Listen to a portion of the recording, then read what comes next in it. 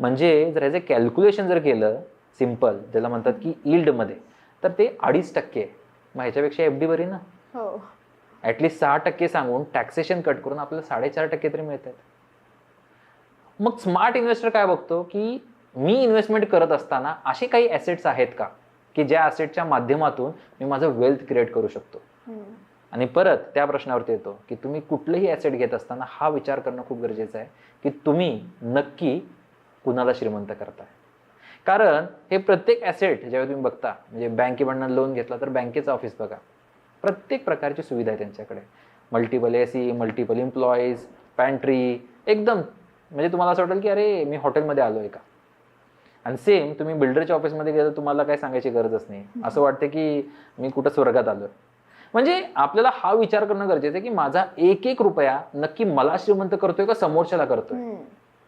कारण आयुष्य जातं एक फ्लॅट बनवायला, एक घर बनवायला, आणि एक आयुष्यामध्ये फक्त 1000 स्क्वेअर फूटसाठी आपण 20 वर्ष देतो. आणि त्या 20 वर्षामध्ये मला फॅमिलीला टाइम द्यायला वेळ नाही आहे, माझ्या हेल्थला वेळ नाही आहे देण्यासाठी. आणि जेव्हा मी हा वेळ द्यायला जातो तेव्हा पूर्ण प्रकारे मी एक्झॉस्ट झालेला असतो, म्हणजे माझ्याकडे त्राणच राहत नाही.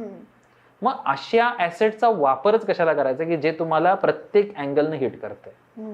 मग त्याच्यासाठी बेस्ट काय सांगितलं की जसं म्युच्युअल फंड आहेत, स्टॉक मार्केट आहेत, ह्याचा वापर सगळ्यात जास्त करणं गरजेचं आहे सुरुवातीपासून. मग तुमचं एज आणि तुमचं लोकेशन, तुमचे असणारी सॅलरी, तुमचं इन्कम, ह्या सगळ्यांबरोबर आपण त्याचं कॉम्बिनेशन करू शकतो.